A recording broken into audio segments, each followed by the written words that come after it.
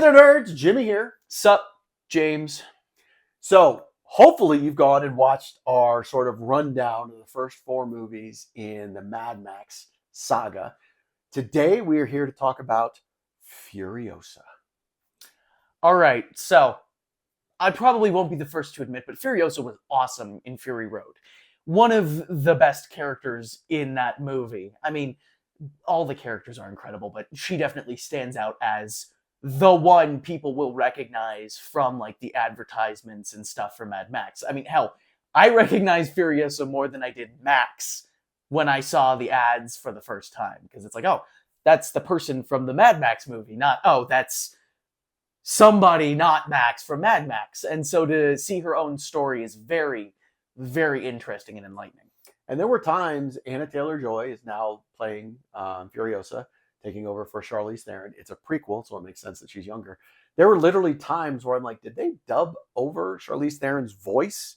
It's like, no, Anya Taylor-Joy is just that good of an actress that she was literally embodying Charlize Theron playing Furiosa. And that's also where Miller did some brilliant writing this time around, as he doesn't have Furiosa talk a lot, which really plays up the illusion of, is this just Anya Taylor-Joy, or is this Furiosa the character? Because she was quite the chatterbox in Fury Road. Yes, absolutely. Most prequels, and I will throw in Star Wars, I feel like are unnecessary. It's not that I don't want them. I will watch anything that expands a universe I love. But in this one, after watching it, this was necessary. Oh, yes. I thoroughly enjoyed how they told us the story that led up to Furiosa in Fury Road and gave us the reason why she did what she did in Fury Road. And it made complete sense. All of it. Absolutely. That's very few films that kind of wedge themselves into a timeline feel like they work properly. The only one that comes to memory that came out recently, which recently is subjective, is Rogue One. But even then, you kind of knew all the characters were going to die, and that film had its own issues. Well, not everybody. Your mommy couldn't fathom why she'd never seen those characters before. I'm like, okay, they're all dead. That is true. That is true. But alas, it's a movie where you know the outcome. But Furiosa doesn't fail on that front to deliver, which a lot of films and media tend to do. And it's basically a masterclass on developing the Furiosa character, because if you think about it, in Fury Road, we get backstory to Furiosa, but not much. So to me, this is one of the first times George Miller has tackled, you know what? I fell in love with this character. We're going to focus on this character, and we're going to tell a lot of information about this character. Because even Mad Max, the first movie, we get obviously a ton of backstory, and that is made to lead us to believe of why he does everything he does in the next movies. But this one, we get where Furiosa's from, how she came to be there, why she isn't there anymore, why and how she got to be in charge of a war rig. And like you said, she didn't talk much because she was portraying to be a boy, so she couldn't talk. And then by keeping silent, everybody thought she was kind of stupid and left her alone. And that was how she stayed under the radar, because when they knew she was a girl and a woman, because she was very young. And a full life at that. And she was put with the other harem, obviously she was going to be utilized to try and produce a full life for Martin Joe, and she did not want that. So she created her own circumstances, kind of the help of Rictus, that was a creepy scene. It's like, Rictus, what were you going to do? You were not mentally all there, but then you show this side of sort of pedophilia, and I wasn't happy with that. But of all the violence and horrible things that go on in the Mad Max world, I shouldn't necessarily pick on that one, but that was the one that kind of stuck the wrong way. Yes and yeah.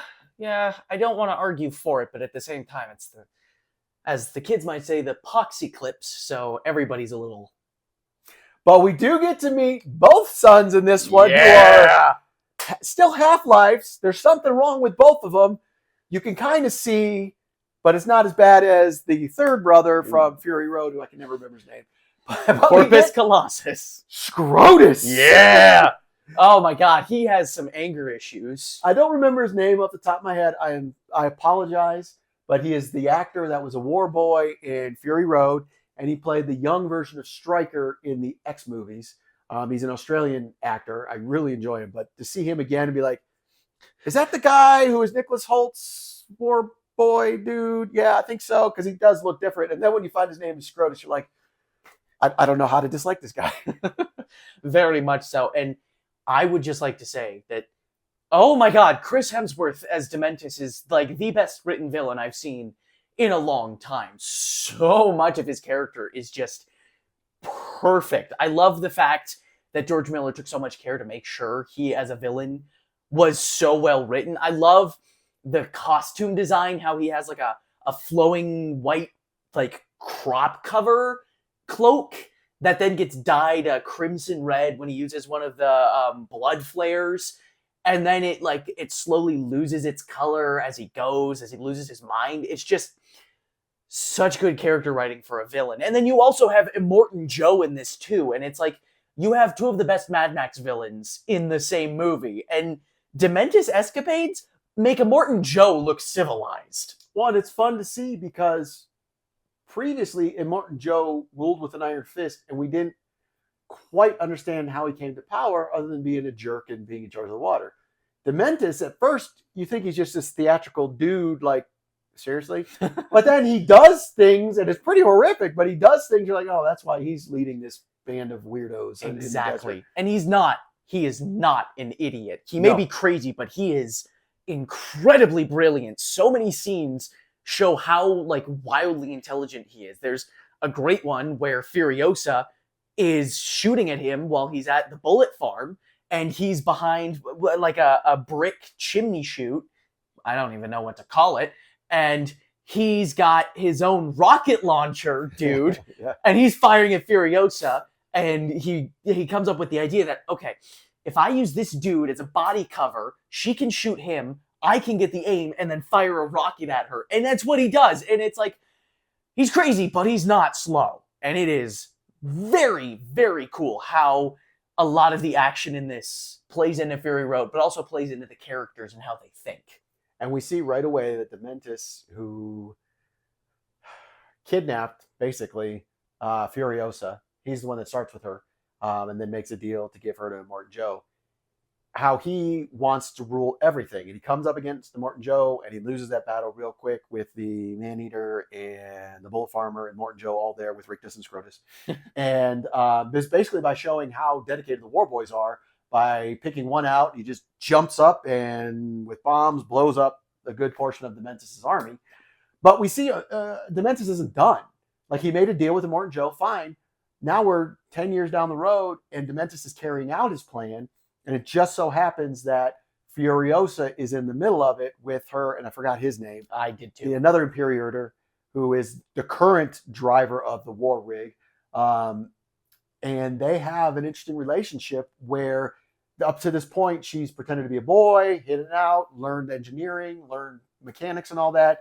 And she was basically just trying to find a way to run away to this dude who befriended her and taught her how to run a war rig and what to do, and made her self-sufficient. And that there is this interesting love relationship between them.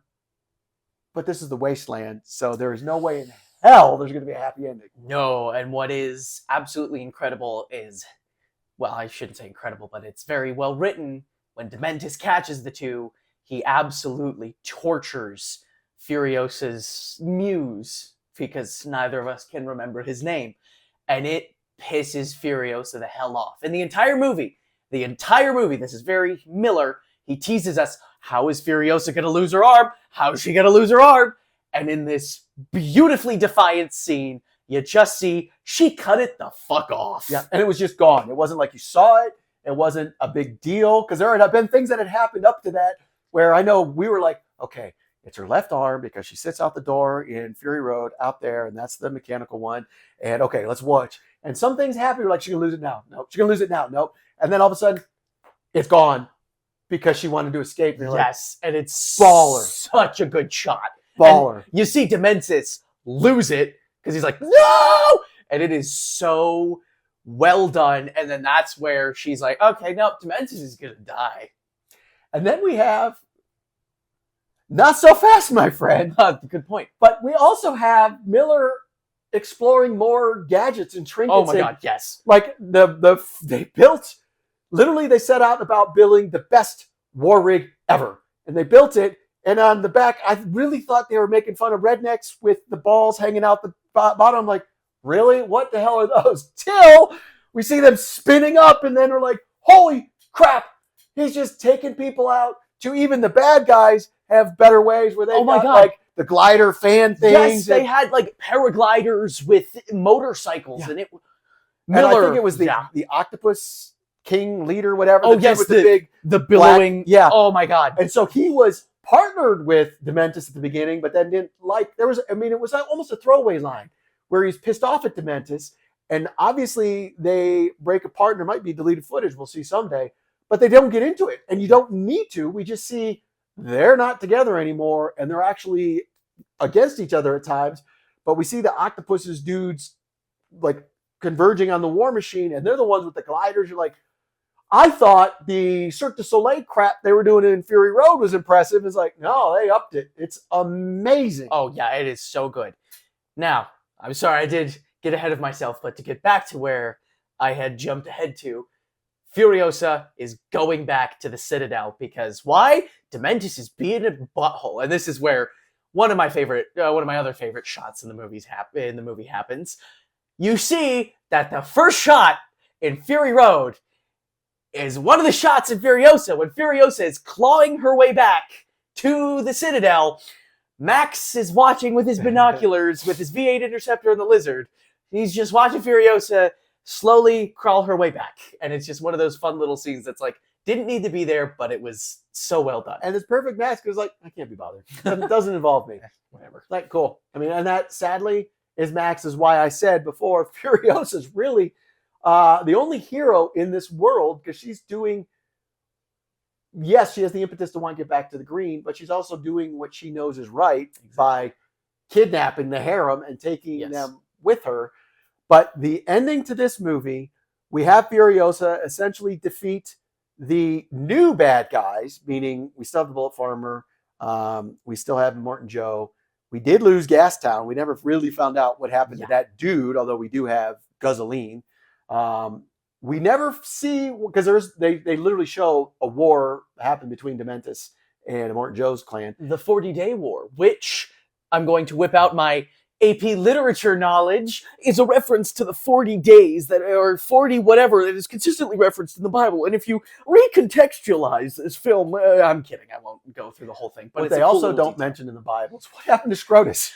Because Scrotus is not in Fury Road, but we do not see him die in this. So I'm like, what the hell happened to Scrotus? The last scene we see with him is when he's getting pissed at his brother, and he's like, we should charge now. And Furiosa is just building a new truck in the background, and that's like the last we see of him. So nobody knows what happened to Scrotus.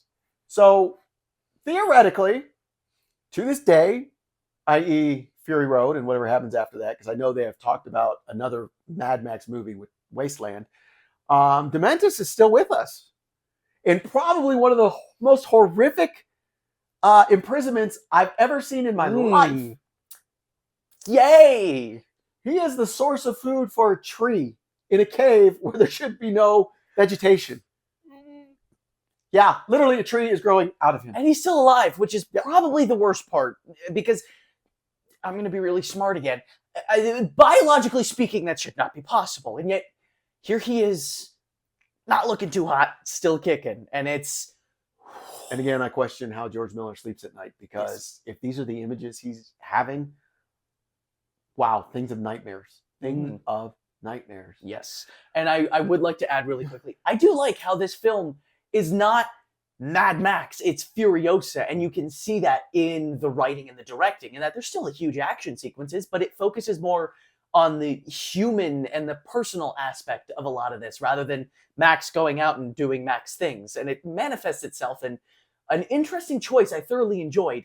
Each segment is split up as a chapter or a part, and you have title cards that introduce the next part. And it's very interesting to see Miller take a more artistic direction with Mad Max. And that's probably my most disappointing thing about this movie, is that George Miller is not a young kid. I don't know how many more movies he has in him. It's been shown that without his involvement, the movie is not as good, a la Thunderdome. I do not look forward to the day when he is not with us because his ingenuity, his uniqueness is beyond.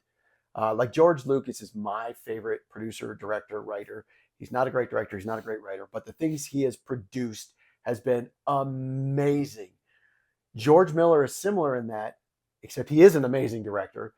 You could argue his writing, but his directing is just phenomenal. And I feel like when we lose him, we are losing a visionary that will never be replaced because he can go from this world of Mad Max and this high octane action that literally I feel in my body, and I have to be careful as I leave the theater because I don't want to get in a fight and I don't want to drive, to Happy Feet, which is just an unbelievably entertainment animation, to Babe, which is just an awesome, awesome live action movie with animals. And it's like, this dude is amazing. And I'm so sad that he's in his 80s and we just will not have him as long as I would like to have him.